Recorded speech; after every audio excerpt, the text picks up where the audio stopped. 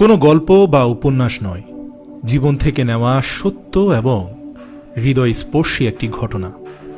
বাংলাদেশের বন্দরনগরী চট্টগ্রামের একজন নামকরা জাহাজ ব্যবসায়ী সাজ্জাদ রহমান। বেশ কিছুদিন ধরে তিনি হার্টের সমস্যায় হাসপাতালে শুয়ে মৃত্যুর সঙ্গে পাঞ্জা লড়ছেন। তার হার্টের আর্টারিতে এমনভাবে ব্লকেজ হয়ে গেছে যেটা ঠিক হওয়ার সম্ভাবনা খুবই কম। বিশেষজ্ঞ হার্টের সার্জনরা মিলে বোর্ড মিটিং বসিয়েছেন, অনেক কিছু করেছেন। বোর্ড মিটিং শেষে সবার একই কথা, সাজ্জাদ রহমানের জীবনে বাঁচার সম্ভাবনা খুবই ক্ষীণ। এমন বাজে অবস্থায় এই রোগীকে যে অন্য দেশে পাঠাবে সে পরিস্থিতিও নেই, অত্যন্ত বিপজ্জনক হয়ে পড়বে।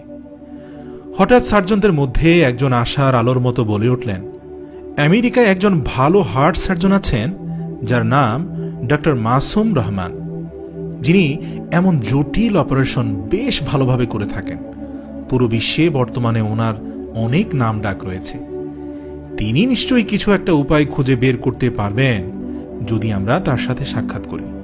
দেরি না করে তৎক্ষণাৎ একজন senior heart surgeon doctor Masum রহমানের সাথে ভিডিও কনফারেন্সের ব্যবস্থা করলেন। আমেরিকায় নিজ বাড়িতে বসে ল্যাপটপে কাজ করছিলেন ডক্টর মাসুম রহমান। হঠাৎ একটা মেইল দেখলেন, একজন বাংলাদেশি সার্জন এক রোগীর সার্জারি নিয়ে তার মতামত চাইছেন। পাঠানো সব তথ্য দেখে উত্তর দেওয়ার জন্য টাইপ করলেন। এখন ব্যস্ত সময়, এগুলো নিয়ে কি আর মাথা ঘামানো যায়? তার উপর বাংলাদেশ যেতে আসতে কত ঝামেলা।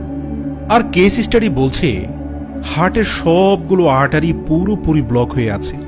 শুধুমাত্র বেঁচে থাকার জন্য একটা আর্টারির 40% রাস্তা কিছু রক্ত চলাচল করছে। রোগীর সার্জারি করা সম্ভব নয়।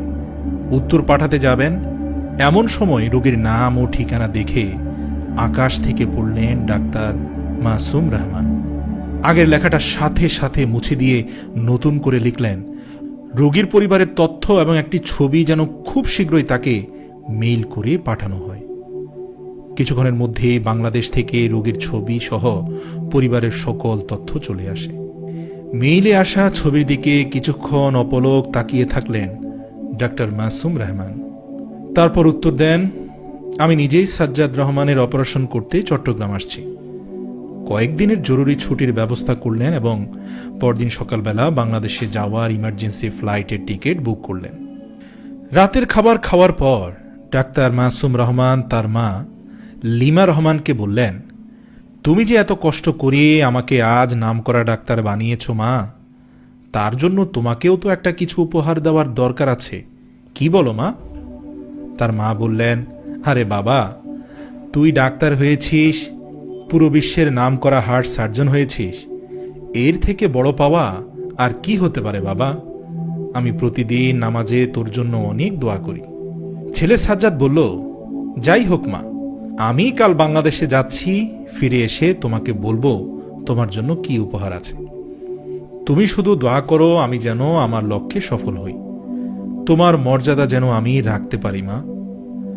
পরদিন সকালে ডাক্তার মাসুম রহমান আমেরিকা থেকে রওনা দিয়ে বাংলাদেশের ঢাকায় পৌঁছেন।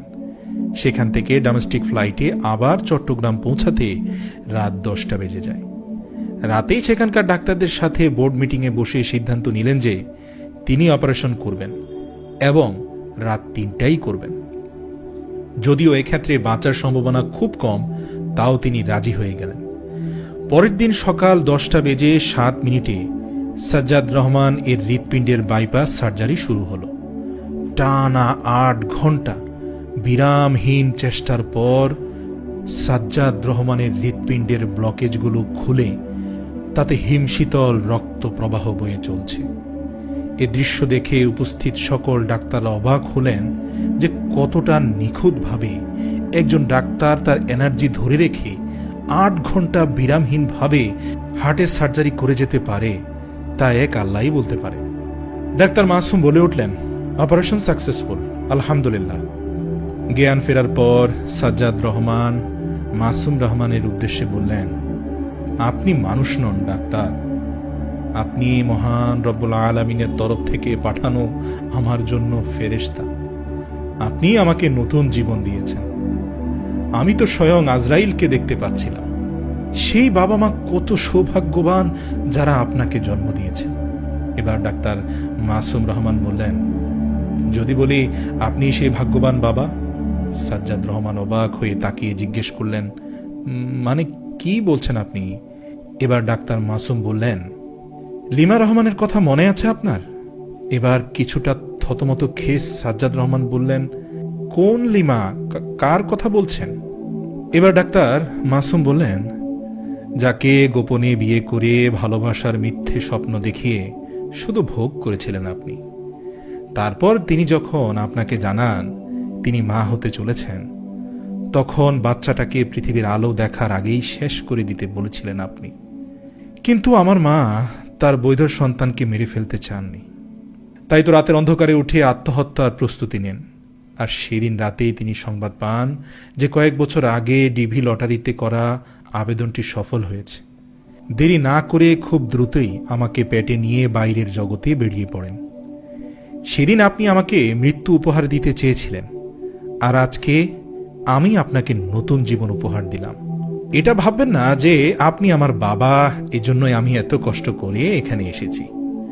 আমি বিদেশ থেকে এখানে ছুটে এসেছি কারণ আমার মা এখনো নিজেকে সাজ্জাদ রহমানের স্ত্রী পরিচয় দেন এবং আমাকে সাজ্জাদ রহমানের পুত্র মাসুম রহমান পরিচয় দেন।